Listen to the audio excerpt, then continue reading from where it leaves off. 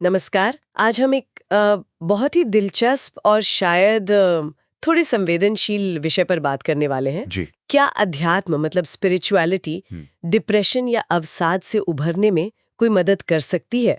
हमारे पास एक लेख के कुछ अंश हैं, अध्यात्म और अवसाद, उपचार में एक मार्ग। तो इसी पर थोड़ी गहराई से बात करेंगे। हाँ, ये बहुत ज़रूरी सवाल है आजकल।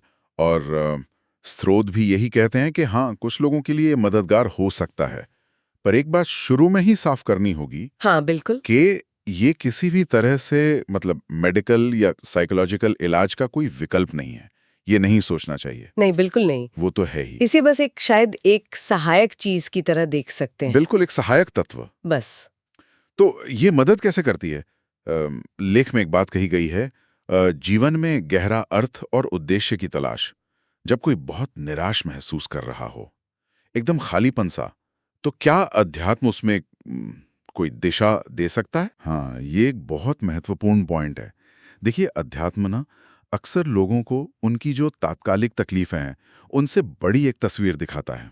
अच्छा। जब आप अपनी परेशानी को किसी बड़े उद्देश्य या किसी बड़े मतलब से जोड़ पाते हैं ना, हाँ। तो वो निराशा की भावना थोड़ी कमजोर पड़ जाती है। ये सिर्फ पॉजिटिव सोचने जैसा नहीं है। ये अपने होने को, अपने अस्तित्व को एक बड़े दायरे में देखना है। और वो जो अकेलेपन की भावना होती है डिप्रेशन में, बहुत ज्यादा इंसान एकदम अकेला महसूस करता है। स्रोत ये भी कहते हैं कि किसी उच्च शक्ति से जुड़ाव महसूस करना, अब वो चाहे ईश्वर हो या प्रकृति या पूरा ब्रह्मांड या शायद इंसानियत ही, हाँ हाँ, उससे भी अकेलापन कम हो सकता है। बिल्कुल सही। वो जुड़ाव जो है ना, वो एक अंदर से हिम्मत देता है।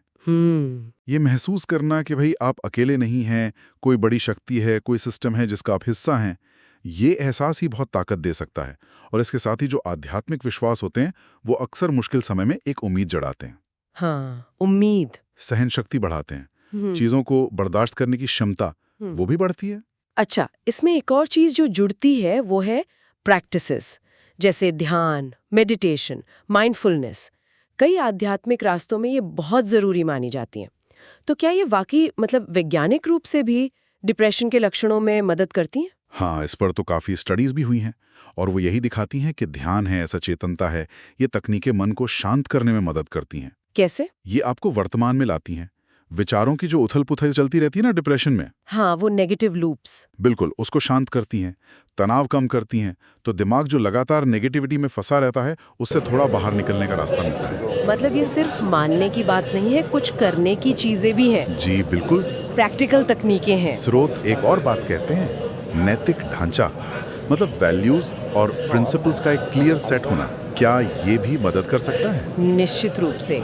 जब जीवन एकदम दिशाहीन सा लगे, पता ना हो क्या सही है क्या गलत, तब नैतिक सिद्धांत एक तरह से कंपास का काम करते हैं, आपको सही निर्णय लेने में मदद करते हैं। ऐसे निर्णय जो आपकी सेहत के लिए, आपकी बेहतरी के लिए अच्छे हों। इससे जीवन में थोड़ी स्थिरता आती है, थोड़ा नियंत्रण महसूस होता है। लेकिन यहाँ एक ज़रूरी बात, क्या हर तरह का अध्यात्म फ़ायदेमंद होता है? स्रोत इस बारे में कुछ चेतावनी देते हैं। हाँ, और ये बहुत जरूरी चेतावनी है। लेख बिल्कुल साफ कहता है कि कुछ आध्यात्मिक रास्ते या सोच, खासकर जो अपराध बोध पर आधारित हो, गिल्ट। हाँ, गिल्ट, डर या बहुत कठोर नियम कायदे हों जिनमें, वो असल में मानसिक स्वास्थ्य को और बिगाड़ सकते हैं। ओहो, तो ये भी देखना ज़रूरी है। बिल्कुल। कि व्यक्ति किस तरह की स्पिरिचुअलिटी से जुड़ा है, वो पॉजिटिव है या नेगेटिव असर डाल रही है। और इसे प्रोफेशनल मदद के साथ कैसे देखें? मतलब थेरेपी या दवा के साथ? हाँ, देखिए, स्रोत इस पर बहुत जोर देते हैं कि अध्यात्म सबसे ज्यादा प्रभावी तभी है जब इसे प्रोफेशनल ट्रीटमेंट के साथ इस्तेमाल किया जाए। अच्छा, साथ में? हाँ, ये या तो ये या वो वाला मामला नहीं है। थेरेपी है, दवा है, काउंसलिंग है, वो बुनियाद है। अध्यात्म उस पर एक, कह लीजिए, मददगार ढांचा हो सकता है, अगर वो व्यक्ति के लिए सही बैठता है तो अगर हम पूरी बात को समेटें, तो अध्यात्म जीवन को एक मतलब दे सकता है, हाँ, जुड़ाव का एहसास करा सकता है, उम्मीद दे सकता है, मुश्किल सहने की ताकत दे सकता है, मन शांत करने के तरीके। हाँ, और एक नैतिक दिशा भी। बिल्कुल। और एक और बात समझनी जरूरी है जी। कि अध्यात्म का मतलब हमेशा किसी संगठित धर्म से जुड़ना ही नहीं होता। अच्छा, हाँ, ये जरूरी है। ये बहुत पर्सनल हो सकता है। किसी के लिए प्रकृति से जुड़ना अध्यात्म है, किसी के लिए आर्ट, किसी के लिए दूसरों की सेवा करना या कोई अपनी निजी मान्यताएं। जरूरी यह है कि वो चीज उस व्यक्ति के लिए कितनी सार्थक है, कितनी असली है। मतलब आखिर में हर इंसान की अपनी यात्रा है और उसके लिए क्या काम करता है ये वही तय करेगा। बिल्कुल सही कहा। और ये हमें एक सोचने वाले सवाल पर लाकर छोड़ता है।